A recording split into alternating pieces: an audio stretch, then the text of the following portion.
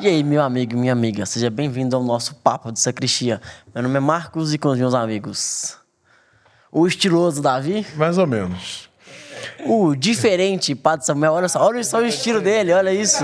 Está jovial, jovial. E nosso novo integrante, oficialmente, o Rick. Seja bem-vindo, Rick. Obrigado, pessoal. É um prazer, uma honra. Vai agregar muito.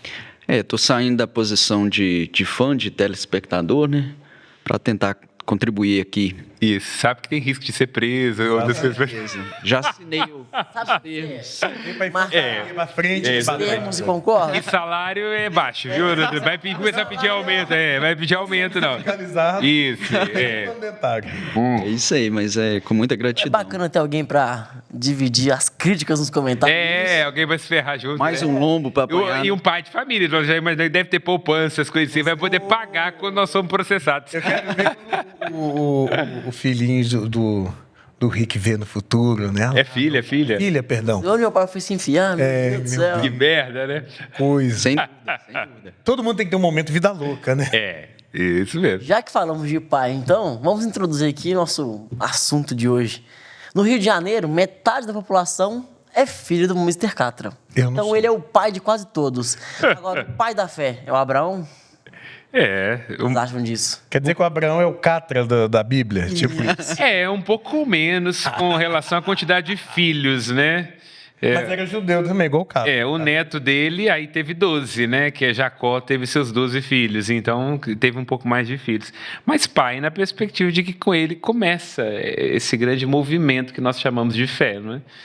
Porque propriamente antes de Abraão nós não podemos falar de fé, porque a fé pressupõe uma revelação, né? Então Abraão é aquele a quem o primeiro Deus de Israel se revela. Então, por essas e outras, vamos falar daqui certamente o pai na fé. Ele é um cara que é referenciado por judeus, muçulmanos, cristãos. Ele é um cara que todo mundo gosta. Porque a base Mesmo das que todo mundo religiões... não se goste, né? E é curioso também, né? E até polêmico, inclusive, isso acabou sendo, como anedota aqui, um dos motivos principais para o Leonardo Boff virar casaca e decidir que, de fato, ele não queria ser frade, numa das suas últimas conferências, quando ele disse que essas religiões abraâmicas são aquelas que mais causam guerra. Então, de fato, se nós olharmos bem, são as religiões, o islamismo, o cristianismo, o judaísmo, todas descendem desse veio, todos se sentem vasos comunicantes, né, dessa artéria Abraão, mas também são os que mais brigam entre si historicamente, né? Os muçulmanos com relação aos judeus, judeus e cristãos, cristãos, muçulmanos e judeus, todos Todo filhos de mundo se Abraão. matando entre si, geralmente, né? De fato. E dá Briga confusão. de mão, né? Briga de mão. Dá confusão falar de Abraão, porque uma vez eles falaram de Maomé. Charlie Hebdo, vocês lembram? Um pouco menos. Deu um pano pra manga, né? É porque falar de Maomé é só um grupo que vai nos atentar, né? Digamos. Mas Abraão era mais calmo que Maomé, então eu acho que isso ajuda um pouco. Inclusive era um homem que a mulher mandava nele, era uma característica interessante. Ele devia ser muito calmo mesmo, porque esperar 100 anos pra ter um filho? Isso. E a mulher que mandava nele. Talvez sábio, não sei, né? Pô, 100 anos dá um no couro, o cara era brabo. Sim, com certeza. Mas E é uma época que não tinha tadafilia. Você me deu a primeira deixa aí, porque ele recebeu um chamado com essa idade de se estranhar mesmo, porque a gente, na idade que a gente está, a gente já rejeita as coisas, né? Com 100 anos, como é que você vai sair para uma vida nova? Você vai largar, como diz na Bíblia lá, a parentela, a casa do teu pai. Toda. E aí, como é que você faz isso? É uma mudança muito radical para alguém dessa idade. Então, a própria natureza desse chamado já é, né? Acho que já é desafiadora por si só. Por si só. Mas, na verdade, talvez não, né? Porque todo mundo naquela época vivia 200, 300, 400 anos, então 75 anos... Não, mas na época de Abraão só vivia 120 já. Porque depois... Mas 75 tá ali no meio da vida. Ele vem depois da Babilônia, né? Então, depois na verdade... O limite dos 120 Ele veio depois de Noé, isso que eu ia falar. Né? Ele veio depois de Noé. Isso aí. Os homens passam a ter esse limite de 120 anos. Mas segundo o doutor Drauzio Varela, daqui a pouco vai passar isso aí.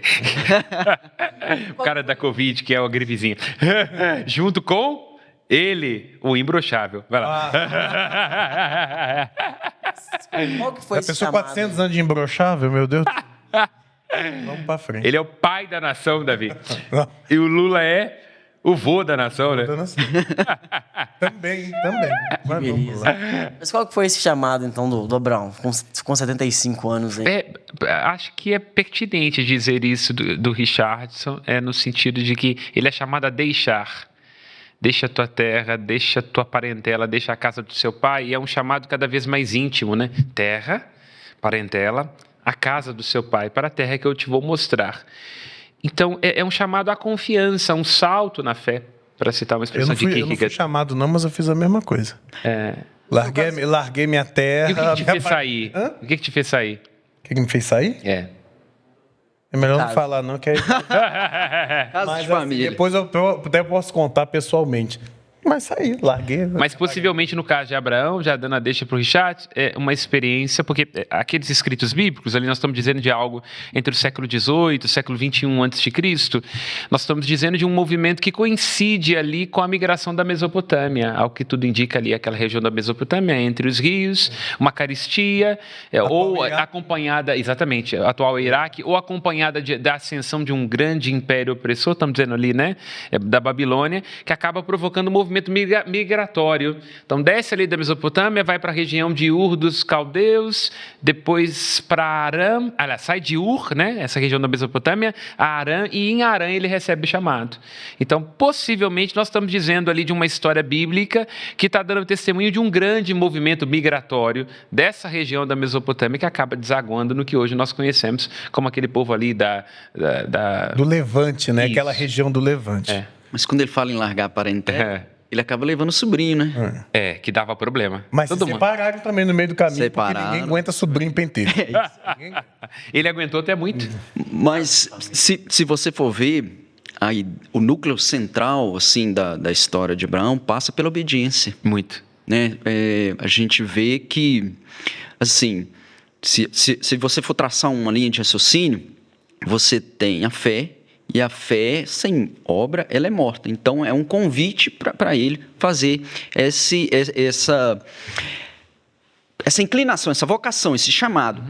Entretanto, essa palavra obediência, ela tem que ser para nós como referência, porque se a gente vê como que você faz essa obediência, ela comprova de forma para dar veracidade à fé.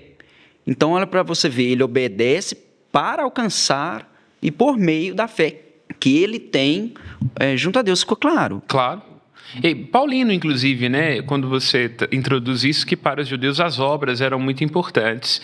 E aí a disputa é, o que vale, fé ou obra? Então, você acabou de esclarecer a teologia do apóstolo Paulo, na perspectiva de que crer é a grande obra.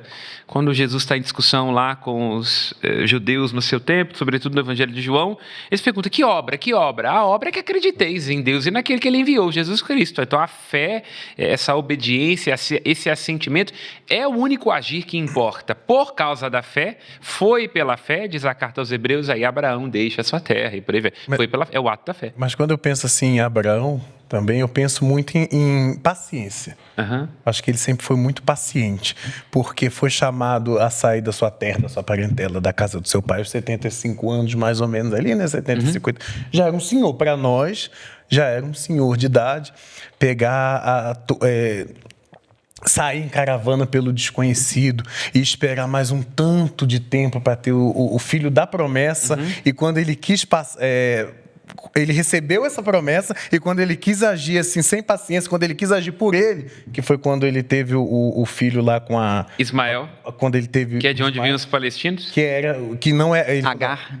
Agar. E esse não é o filho da promessa. E lembrando que foi Sara que pede para poder fazer isso, e como toda boa mulher, depois que ele faz, ela fala assim, agora você tira essa vaca daqui, porque ela está atrapalhando o nosso negócio. E leva o menino junto. E eu acho que ele foi um cara assim... muito, muito paciente mesmo, né? Além de ser obediente, né? Porque você levar o seu único filho para ser imolado no alto do monte, então com certeza... Aquele cara lá que mandaram Deus falar, mata seu filho. Isso, ele mesmo. De fato é matar. Que aí veio o anjo e falou, fez igual o Kleber, assim, para. Pegadinha do malandro. Agora eu fico imaginando, eu fico me colocando no lugar de Isaac. E sempre que eu penso... Olhando assim pro meu pai... Machado na mão. E tem uma hora que ele pergunta, ele fala, o que que é? Cadê o cordeiro? Aí o pai fala assim, Deus providenciará. Né? Mal ele sabia que a picanha era ele. Aí já pensou, Chico, não fala nada pra tua mãe não, hein? Não conta que eu fiz, entendeu? Porque ela já ficou brava a última vez que o anjo apareceu, agora aparece... Mãe, meu pai ia me sacrificar pra Deus, mãe. A Sara deve ter olhado pra ele assim, amostradinho desse jeito. E eu gostei desse sotaque carioca do menino. Mas, olha para você ver, eu vejo um certo humor muito peculiar nessa história.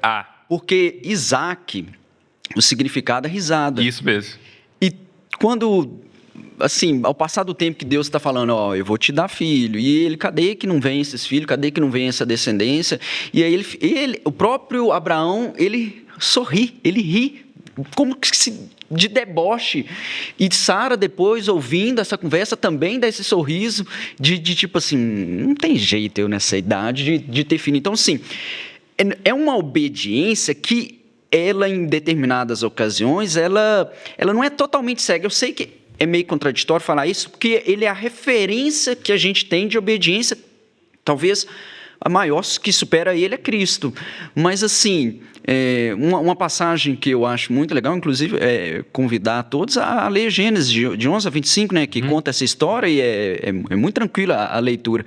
Não é para ver novela bíblica, gente, é para ler. Por favor, pega a Bíblia. Direto na fonte. Tá? Por favor. E aí, eu acho engraçado demais, porque ele está conversando com Deus, e aí ele fala, vou botar fogo em Sodoma e Gomorra. E aí ele fala, mas e se o senhor achar lá 50 justos? Você alivia? Alivio. Mas se achar 45? Mas e se achar 40? Entendeu? E eu acho muito legal que, tipo assim, o que Abraão estava querendo o tempo inteiro? Não, mas se você achar 10? Aí ele fala, ó, se eu achar 10, eu poupo. E não consegue achar nem esses 10, né? Mas eu acho engraçado que, tipo assim, na hora de botar fogo lá, ele questionou com Deus, mas na hora de sacrificar o filho, ele já estava amadurecido a tal ponto que eu acho que ele acreditava que o próprio Deus poderia ressuscitar Isaac se fosse da vontade dele. Então, todo o processo de Abraão, o que eu quero dizer? Ele não é assim, Deus te chama e você segue. Não é passivo, não é passivo. Há também uma construção dessa fé. Tanto é que você vai vendo ameaças, correções ao longo do tempo. Deus tem episódio de ele falando que a esposa é irmã, para não ser morto. Então, mas a esposa era irmã, né? Era minha irmã. Era por parte de pai. Era incesto, era um negócio de matar filho. No caso de Sara, até não há indícios claros, né? Mas era de fato comum que se relacionassem entre primos, né? Até Isaac, a Rebeca é tirada dessa casa no sentido de família, no sentido amplo, né? Agora, isso que você está colocando de fato é muito interessante, para dizer que a fé ela não é passiva, ela é ativa.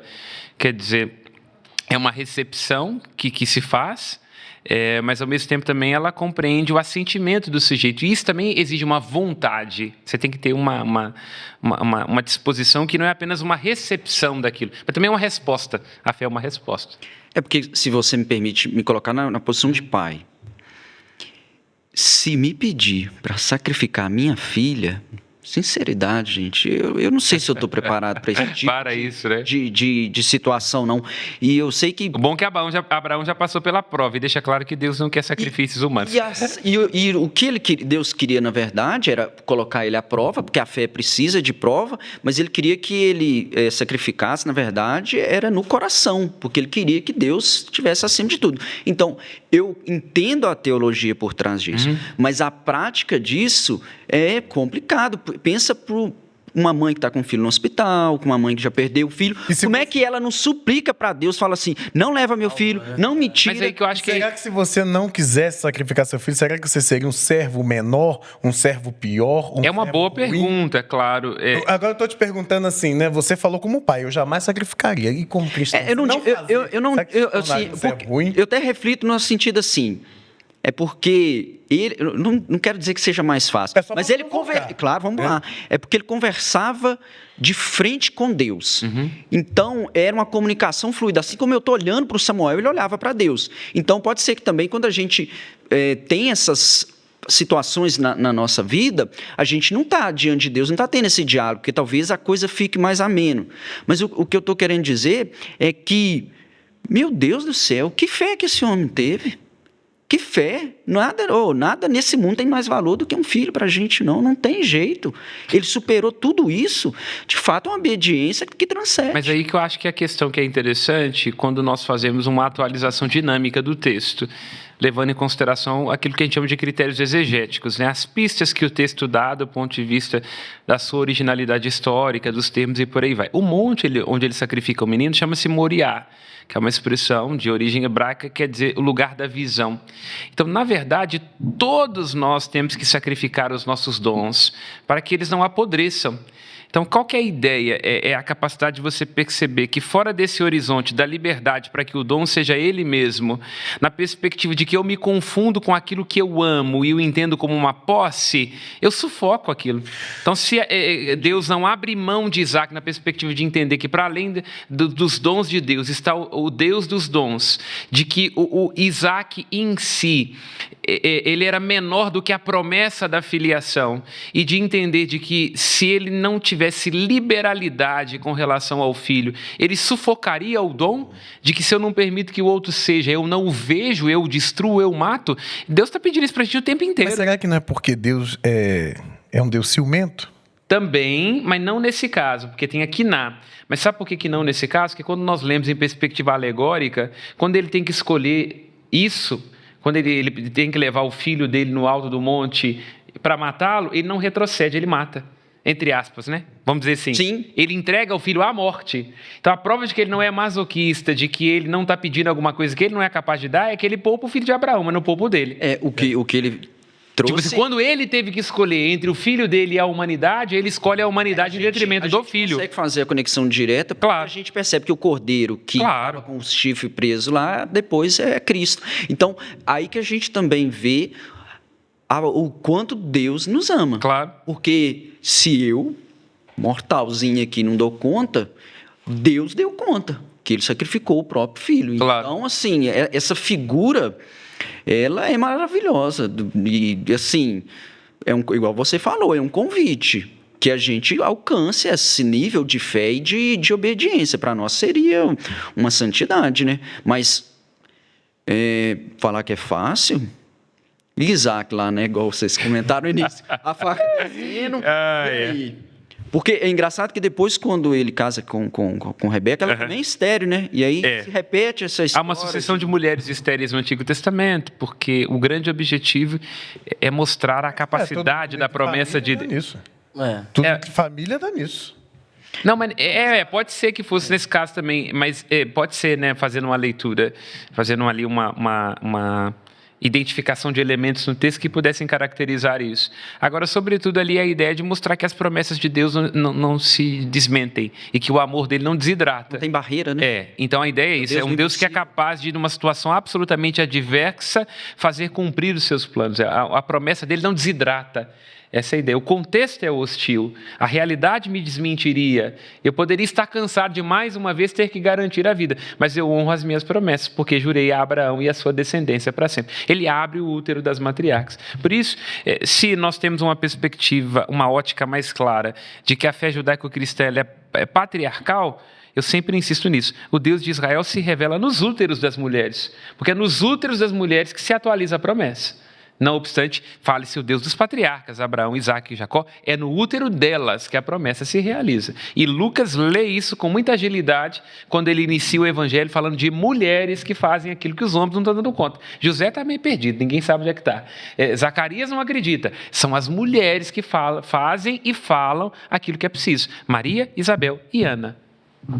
Show de bola. Então, no caso, o machismo histórico colocou essas mulheres num lugar inferior. Aí, tá colocando palavra na minha boca, comunista. É machismo bíblico. Eu diria que a Bíblia tem um horizonte de compreensão, uma semântica que não daria conta desses nossos pressupostos de gênero. Hoje nós podemos ler sobre uma chave mais matriarcal, mas que já está presente lá. Não estou dizendo de alguma coisa que nós vamos projetar no texto, não. Nós vamos identificar. Mas sim, o horizonte primário ali, de onde brota o texto bíblico é de uma valorização maior da figura masculina. Ô Samuel, eu queria que você falasse também das alianças, que é a aliança que é feita ali na carne, né, o prepúcio, no 8º dia. É boa pergunta. Por que mandou cortar a ponta da bilola? É porque é de lá que sai a sementinha. Mas de lá, não. A sementinha sai um pouco mais embaixo. Será que o povo não sabia disso? Não, mas Não, mas assim, é o lugar de onde, entendeu? O Tampinha. Entendi. Mas a ideia é, no Antigo Testamento, nós temos 3 Aí tira alianças. de baixo pra colocar em cima. Esse programa agora acabou de criar uma briga com os judeus, pelo amor de Deus. Jesus amado, Davi, você comparou o quipá à tampa do prepúcio? Deus, Jesus amado. Perdão, deixa eu fazer um movimento assim, deixa eu pedir perdão para os judeus. A bomba, Misericórdia. Agora esse programa foi pro fundo do poço. Meu Deus do céu. Não, o quipá não é. Vai editando aí. Mas o fato a primeira das alianças é aquela aliança feita com Noé, cujo sinal é um arco-íris, para dizer que Deus entende os limites da condição humana e o seu amor permanece dirigido a toda a criação, né? Que se comunica com Deus sendo boa. A segunda das alianças é feita com Abraão. É uma aliança com a descendência de Abraão, ainda não o povo, a descendência. O sinal é a circuncisão, né? E são as duas primeiras são alianças chamadas alianças unilaterais. Deus promete e jura, e ele faz num amor incondicionado. A terceira das alianças é a aliança feita com o povo, o momento em quando Israel sai do Egito e é constituído de fato como um povo. Aí o sinal dela é o sábado, o Shabat, e ela é uma aliança condicionada.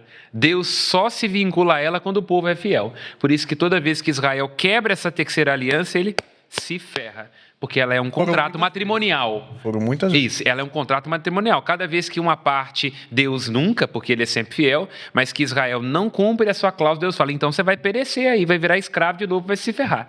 Aí ele se arrepende, como marido traído, e essa é a linguagem mesmo de Oséias, vai lá, diz que ama, com amor eterno chama de volta, o povo rompe a aliança. Agora as duas primeiras não, elas são eternas, alcançam independentemente da fidelidade ou não do povo, são incondicionados. A gente, nessa perspectiva, pode chamar Cristo de o garante, porque é ele... Ele é o Goel, é o Salvador. Ele é o único que foi fiel, de fato. Foi a única, claro. Sua nova e eterna aliança. Isso. É a única que não foi quebrada. É isso que quer dizer, né? Salvador no hebraico é Goel. O que é o Salvador? É o resgatador. Esse copo era da minha irmã, ela teve que te entregar porque ela estava te devendo. Então toma aqui e eu pego o copo de volta. Isso que é salvação e redenção no hebraico. É o Goel. Ele resgata e te dá. Ele deu o sangue pela salvação e pegou o povo que é a posse dele de volta. Não se aplicou aos judeus, né? Os judeus não consideram. Aí como é que faz? Mas ele é o Salvador de todos. Ele salvou a todos. Quer dizer, a redenção, ela é um processo que alcança toda a humanidade. É o Cristo Redentor, braço aberto. Lembra lá do Rio. Agora, a salvação, ela tem que ser experimentada individualmente. Então, os judeus estão redimidos, como todo o gênero humano. Agora, a salvação, ela se conclui na vida de cada pessoa, na medida em que ela se abre à fé. Então, os judeus, para serem salvos, vão ter que ir à fé. Mas Paulo diz que, no final, nem que seja por inveja dos pagãos, eles voltam para casa. Paulo diz isso na carta aos Romanos. Né? Que um pouco essa abertura aos pagãos é para provocar inveja nos judeus. Para eles falarem, olha lá como é que o povo está. E, no final, eles vão voltar para o machismo. Será que chamar eles de pérfidos não afastou muito, não, gente? Quer ver? Eu gostaria de ser insultado. Também, mas é porque a igreja, o Davi que está se referindo, né? Nós temos um histórico de antissemitismo, inclusive, em alguns momentos até um pouco incentivado pela fé cristã católica. E aí, claro, nós podemos, sim, né? Passagem. Eu diria que, não vou dizer que exatamente muito, porque a igreja católica e os estados pontifícios sempre recorreram aos judeus quando estavam em dívida, né? Não é que não gostava dos judeus, odiava, é que não gostava muito, né? Mas eu acho que é pelo posicionamento que os fariseus, os doutores da lei tinham, e aí vai causando aquela repulsa. Eu acho que nesse caso não tanto, porque todo o texto bíblico ele é escrito de maneira retroativa. Então, muito possivelmente, quando se critica ali os fariseus, não se está falando dos fariseus no sentido original, mas de membros da comunidade que estão reproduzindo comportamentos farisaicos. Então, no texto bíblico é assim, quando está falando mal do Egito, é porque você está na Babilônia. Quando está falando mal da Babilônia, é porque você está com os gregos. Se está falando mal dos gregos, é porque você está com os romanos. Romanos. Então, geralmente, você está falando mal de alguém, mas jogando em direta para quem você não pode falar mal. É sempre cifrado. Isso tá parecendo, sabe, que amizade no ensino médio, aquelas meninas chatas. Isso. Mas Famoso leve trás. quando os textos bíblicos são escritos, você já não tinha mais ali aquele contexto propriamente farisaico. Então, você está utilizando de uma maneira cifrada para fazer uma crítica, na verdade, para alguma coisa que está acontecendo ali, naquele contexto, né? Então, não chega à Idade Média essa questão dos fariseus, né? Por aí vai, né? Isso aí, não. É mais uma questão, de fato, sobretudo, comercial. Porque os judeus sempre foram muito bons de negócios. E são até hoje. Esse pessoal sírio, né? Eu sempre falo, né? Menin, Salum, Salim, Calil, Jajur. Onde tem esse nome tem grana, sempre. Eles são bons de negócio. E são um povo, estou falando aqui no sentido de crítica, não, mas gente que não tem compromisso com o erro, que não fica ressentido, que se foi arrancado daqui, se planta ali. É um dos aspectos mais belos desse povo. Eles se refazem. Agora, eu ouvi uma vez, perspectiva diferente aqui, uma vez um padre disse que a árvore só é plantada onde a árvore só dá frutos onde ela é plantada. Então, com certeza, é uma perspectiva totalmente diferente deles, né?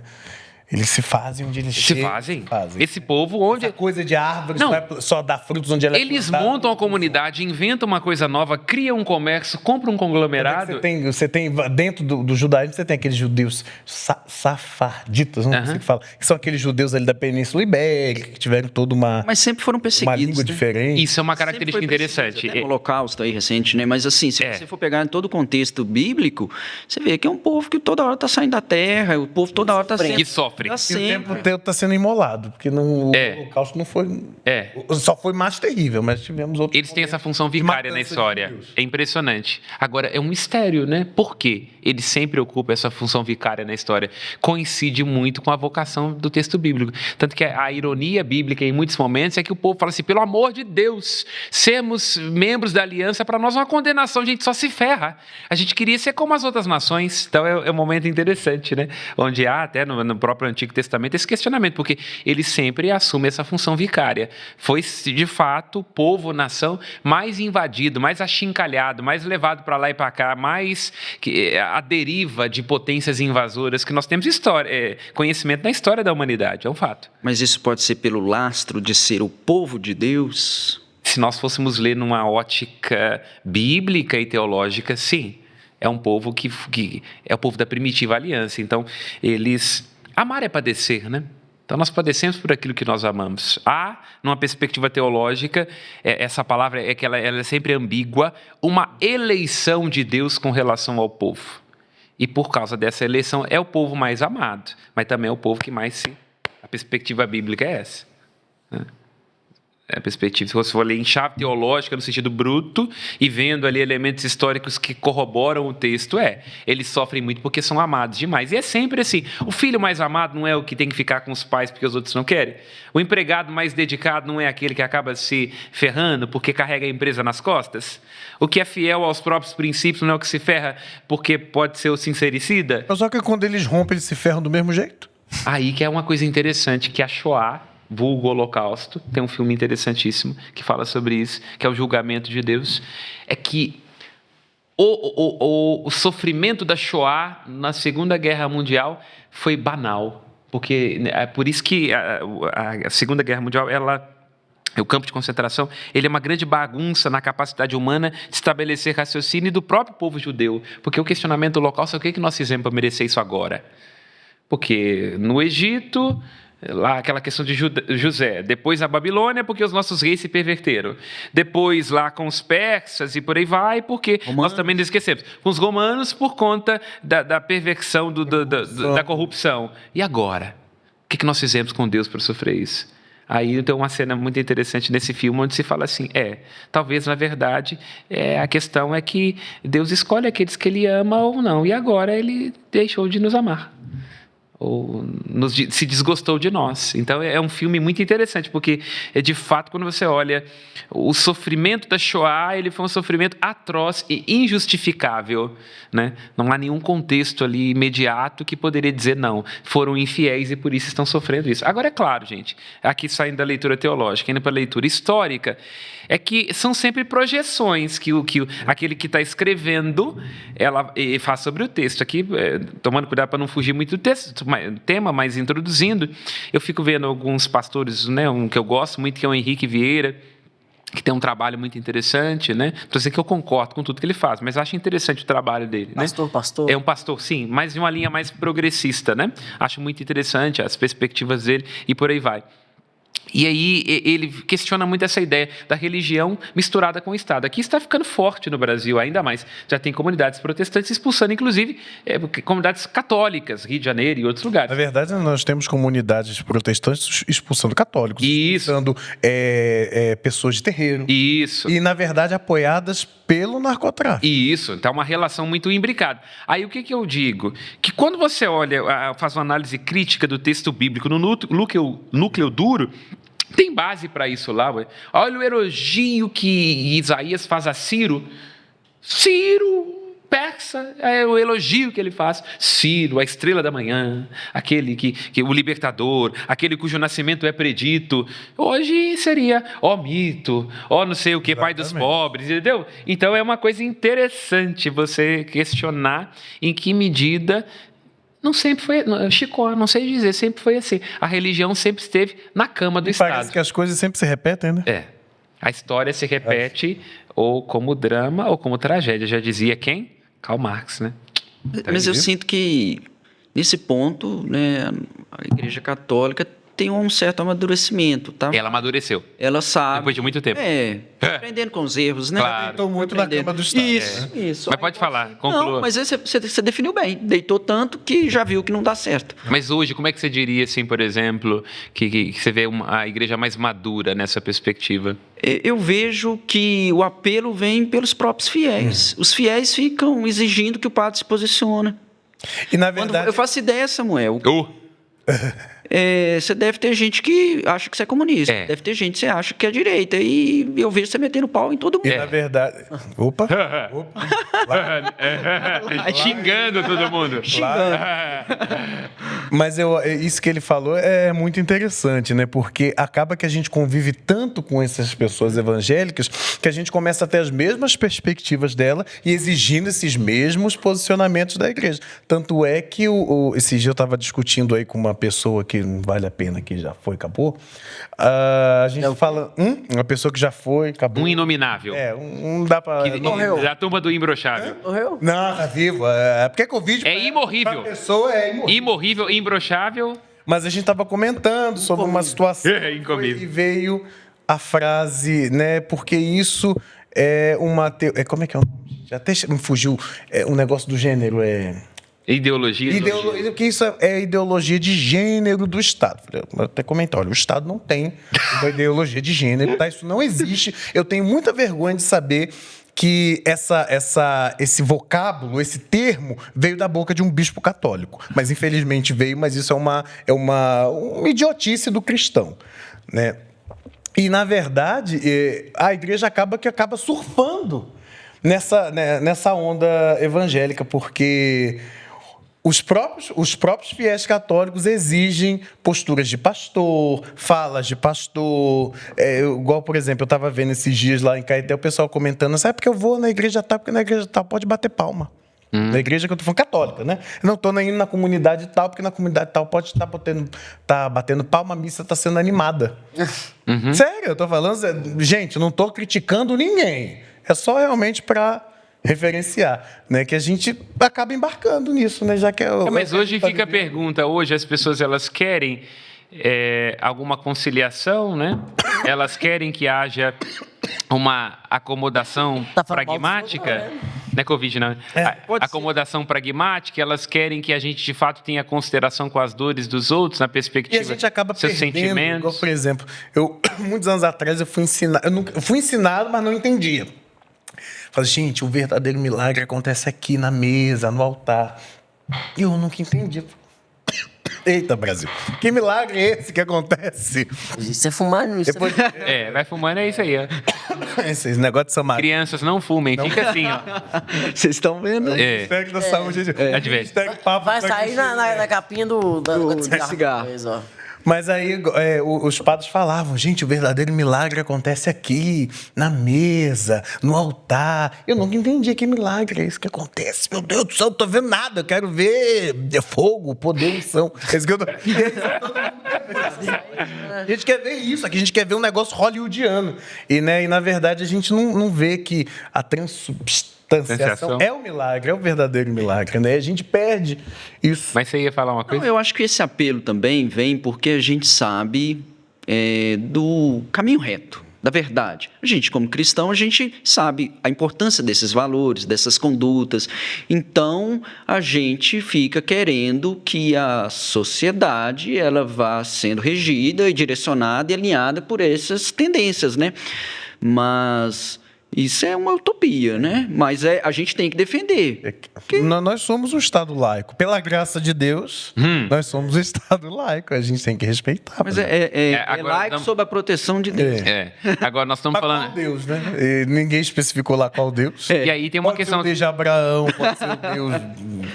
Sei lá qual. Mas aí fica uma questão também interessante, né? Indo para uma perspectiva mais psicanalítica. Porque quando Freud teoriza o papel da religião, e ele fala que a religião está a serviço do desamparo, ele traz muito essa ideia de que cada um de nós traz uma espécie de ressentimento pelo fato de que em algum momento da nossa vida, ali naquela primeira experiência dos pais, nós tivemos alguém que era trazia segurança absoluta por esse drama do nosso existir, né? E aí depois, na vida adulta, a gente vive um delírio infantil, projetando nas figuras religiosas, na religião, essa ideia desse pai totêmico, dessa pessoa que nos protege, que nos ampara, que cuida de nós.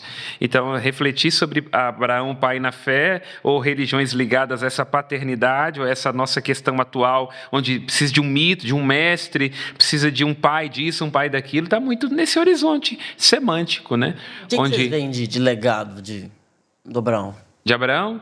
Além das várias religiões que surgiram assim. Eu vejo que ele é a segunda pessoa mais citada no Novo Testamento, né? Perde só para Moisés. E assim, é sempre a referência de pai Abraão, né? Toda vez que vai se direcionar a ele, então ele não deixa de ser um pilar, uma rocha, uma referência, alguém a quem a gente tem que se espelhar, né? Alguém com que... referência mesmo, né? A minha perspectiva, para mim, um dos textos mais belos está lá em Isaías 41 e em Daniel número 3, capítulo 3, onde se fala que Abraão foi amigo de Deus. Isso. Então, acho que essa experiência da amizade, uma intimidade pessoal intransferível, esse face a face, que só um amigo é capaz de ter, para rir, para contestar, para colocar, para ser dócil, para acolher, eu acho que esse é o grande legado de Abraão, de que a fé é uma experiência, antes de tudo, de amizade. Abraão, o amigo de Deus. Agora, uma dúvida litúrgica, digamos assim. Lá quando... não lembro se bem qual momento, mas tem um momento de uma bênção que fala o Deus de Abraão, de Isaac, de Jacó. Não é o mesmo Deus que ele está citando? Mas não quer destrinchar tanto assim. É porque o nome dos patriarcas quer dizer justamente isso. É um Deus cuja revelação se dá na tessitura humana. A genealogia. Ele acompanha, entende? A ideia não é um Deus que começou aqui e depois abandonou, mas ele continua de geração em geração, protegendo, garantindo, concedendo. Abraão, que é pai de Isaac, que é pai de Jacó. Exatamente. Então essa que é a ideia, de um Deus cujo amor ele é permanente. E que ele vai atualizando na vida de cada filho aquilo que ele jurou aos pais. E ao dizer ao Deus dos pais, exatamente o que já se colocou. É uma experiência concreta. Não é um Deus abstrato, lá longe. Não, é nosso, aqui é da nossa família, entendeu? É chegado nosso das quebradas. Para em Jacó, porque a partir de Jacó que a sociedade hebreia ficou tribal, né? Na verdade, não é que para em Jacó, é porque ali está... também porque seria uma gematria, né? Uma gematria não, como é que chama isso, gente? Toledot, que chama isso, né? Você teria várias genealogias ali, não dá para você falar, são 14 para cima, 14 para baixo, gerações e por aí vai. Mas no sentido de que são os primeiros, os patriarcas, né? E também por uma questão de veracidade histórica, no sentido assim de que essas referências, esses locais, tudo que está dentro dessa narrativa é para mostrar que de fato isso aconteceu. Aí há um pequeno, as opiniões bifurcam. Há uma base histórica. Nós até vamos, daqui a pouco, um outro programa, né, na próxima semana, falar um pouco sobre isso, a questão de lenda, folclore e mito. Há uma base histórica, mas ao que tudo indica, Abraão não foi uma personagem em si, um homem, mas ele representa um povo. Ao que tudo indica. Vou chocá-los aqui, depois a gente trata sobre isso no próximo tema. Deixar assim, né, bombasticamente. A família brasileira não vai Cara, ficar embaixo. fala, depois mete o pé no balde de leite. Abraão não existiu. Moisés há mais indícios históricos de que, sim, tem existido enquanto personagem. Abraão, ao que tudo indica, não. Nós estamos dizendo ali, na verdade, um homem que representa um movimento, um povo, e da mesma forma Isaac e Jacó, que é o que tudo indica, nem eram parentes. Mas para resolver um pouco o problema de tradições que percorrem entre si conflitantes, quem escreve o texto faz coincidir todos como sendo da mesma família. Tanto que às vezes se fala, olha para você ver, o Deus de Israel, aí se fala, por exemplo, a tribo de Judá. Então, isso já é um indício do texto para dizer que uma é a tradição que vem de Jacó, Israel, e outra é a tradição de Judá, e por aí vai. Né? Nossa, deu um nó na cabeça. Bombástico. Agora você foi. Tem algumas religiões, não vou dizer religiões evangélicas, alguma parte, né, da religião evangélica que bate muito na tecla do leão de Judá, né? Então, vem daí. O leão de Judá está dizendo assim, leão, um animal que evoca força, o seu rugido, a sua destreza. E a tribo de Judá é aquela tribo que conserva o núcleo da fé, sobretudo ligada à ideia dos grandes reis, né? Então, o Cristo, o Messias, o que de fato é um ungido num trono que não se dissolverá e num poder que não passa, ele assume isso, né? Este rei, leão, forte, o Salvador, então essa que é a ideia. Então o leão da tribo de Judá, o Messias, aquele que vai estar num trono estável, descendente de Davi, é o ungido, né? É o Cristo. Essa que seria a ideia. Davi tem descendente já ou não? Davi tem descendente? Não que ele saiba. Minha mãe tem pedido. Mas nós vamos falar um pouco sobre isso no nosso próximo encontro, por isso você não vai poder perder. Nós vamos poder falar um pouco sobre isso. Se nós estivermos aqui ainda. Mito, lenda. Porque você falou mal até dos judeus hoje, né? Eu falei sozinho? Literalmente. Tem parte nisso, não. Nada egoísta. O acuso publicamente. Ainda bem que os judeus são mais tranquilos. No máximo, eles vão pegar e... Né? Ô Samuel, quem ficou até agora e não deixou um like e não comentou, não deixou nenhum comentário, isso não é pecado, não? Pecado gravíssimo. Com os 3 vezes de Abraão. Então, será imolado. qual que é o convite? Faça para essa câmera aí. Que assista o nosso próximo episódio de Papo Sacristia, compartilhe, comente e se inscreva no canal. Amém? Amém.